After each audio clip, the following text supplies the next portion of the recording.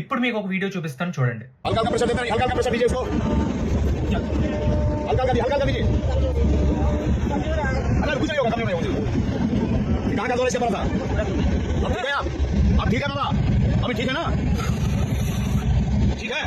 అక్కడ పర్సన్ చేస్తుంది CPR. Train లో ఒక పెద్ద ఆయనకి హార్ట్ అటాక్ వచ్చి సడన్ గా పడిపోతే ఇతను సిపిఆర్ చేయడం స్టార్ట్ చేశాడు. ఈ వీడియో చూసిన చాలా మంది ఆయన్ని మెచ్చుకున్నారు, ఒక హీరో అని కూడా అన్నారు. మెడికల్ నాలెడ్జ్ లేని చాలా మంది ఎడ్యుకేటెడ్ ఆర్ అన్ఎడ్యుకేటెడ్ ఈ వీడియో చూసి చాలా కరెక్ట్ అనుకుంటారు. కానీ ఆ వీడియోలో చూస్తే ఆ హార్ట్ అటాక్ వచ్చిన ఆయన ఇంకా బ్రీతింగ్ తీసుకుంటున్నాడు, మెలకుగానే ఉన్నాడు. ఈ సిపిఆర్ అనేది అలాంటి వాళ్ళకి చేయొచ్చా?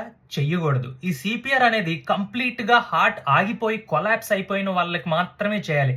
అంటే పల్స్ లేదు, బ్రీతింగ్ కూడా తీసుకోవట్లేదు అన్న వాళ్ళకి మాత్రమే సిపిఆర్ చేయాలి. అలాంటి సిచ్యువేషన్స్ లోనే ఈ సిపిఆర్ అనేది చాలా యూజ్ అవుతుంది. అంతేగాని ఒక పర్సన్ కి హార్ట్ అటాక్ వచ్చి కింద పడిపోయి ఇంకా స్పృహలోనే ఉన్నాడు, బ్రీతింగ్ కూడా అవుతుంది అన్న వాళ్ళకి సిపిఆర్ చేయడం వల్ల ఎలాంటి యూజ్ ఉండదు. అంతేకాకుండా ఆల్రెడీ హార్ట్ అటాక్ వచ్చిన హార్ట్ కి బ్లడ్ సప్లై అనేది తగ్గిపోతుంది.